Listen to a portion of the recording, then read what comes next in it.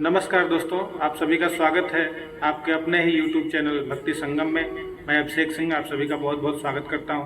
तो दोस्तों, आज मैं आपको बताऊंगा वट सावित्री व्रत की विधि।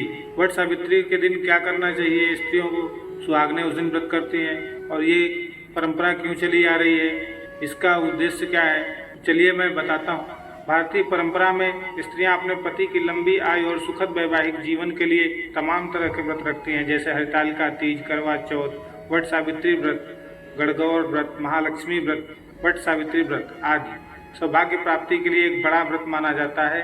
यह सौभाग्य और संतान की प्राप्ति में सहायता देने वाला व्रत माना गया है। यह ज्येष्ठ कृष्ण अमावस्या को मनाया जाता है। वट सावित्री व्रत में वट और सावित्री दोनों का विशेष महत्व होता है। सावित्री का अर्थ वेद माता गायत्री और सरस्वती भी होता है। इस व्रत के साथ सत्यवान और सावित्री जी की कथा जुड़ी हुई है, जिससे सावित्री जी ने अपनी तपस्या और दृढ़ संकल्प और श्रद्धा से यमराज से सत्यवान के प्राण वापस ले लिए थे। महिलाएं अपने पति की आयु और प्राण रक्षा के लिए इस दिन इस व्रत को करने का संकल्प लेती हैं।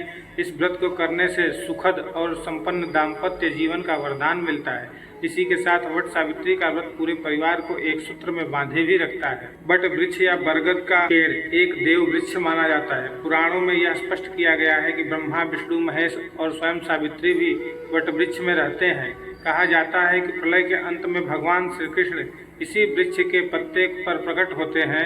इस वृक्ष के नीचे बैठकर पूजन, व्रत कथा आदि सुनने से मनोकामना पूरी होती है। बरगद और पीपल के नीचे स्थापित किसी देवी देवता की मूर्ति की उपासना का प्रभाव बहुत बढ़ जाता है। गोस्वामी तुलसीदास जी ने वट वृक्ष को तीर्थराज कहा था। यह वृक्ष न केवल अत्यंत पवित्र है, बल्कि बहुत ज्यादा दीर्घायु भी है, यानी बहुत लंबे समय तक जिंदा रहता है। लंबी आयु, शक्ति, विशालता और धार्मिक महत्व को ध्यान में रखते हुए इस वृक्ष की पूजा की जाती है।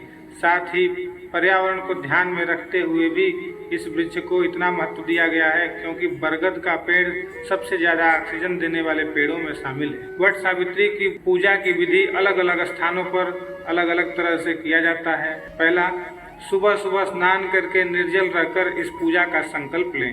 सत्यवान और सावित्री जी का ध्यान करते हुए वट वृक्ष की जड़ में जल डालें। फूल, धूप और मिठाई से पूजा करें। इसके बाद कच्चा सूत लेकर वट वृक्ष की परिक्रमा करते जाएं। सूत को तने में लपेटते जाएं और कम से कम 7 बार परिक्रमा करें।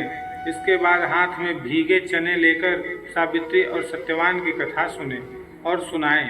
फिर भीगे चने, कुछ धन और वस्त्र अपनी सास को देकर उनका आशीर्वाद लें। वट वृक्ष की कोम्पल खाकर या नींबू पानी पीकर उपवास समाप्त करें। सुबह सुबह स्नान करके निर्जल रहकर इस पूजा का संकल्प लें। पूजा स्थल पर रंगोली बनाकर अपनी पूजा की सामग्री वहां रखें। अपने पूजा स्थल पर एक चौकी पर लाल रंग का कपड़ा बिछाकर उस पर लक्ष्मी नारायण और शिव पार्वती की मूर्ति स्थापित करें। सबसे पहले गणेश जी और माता गौरी की पूजन करें। इसके बाद बरगद के वृक्ष की पूजा करें। पूजा में जल, मौली, रोली, कच्चा सूत, भिगोया चना, फूल और धूप का प्रयोग करें। कच्चा सूत लेकर वट वृक्ष की परिक्रमा करते जाएं। सूत को तने में लपेटते जाएं। इसके बाद वस्त्र और कुछ धन अपनी सास को देकर उनका आशीर्वाद लें। वट सावित्री व्रत वाले दिन किसी भी पार्क में या सार्वजनिक स्थान पर एक बरगद का पौधा लगाना बहुत ही शुभ माना जाता है।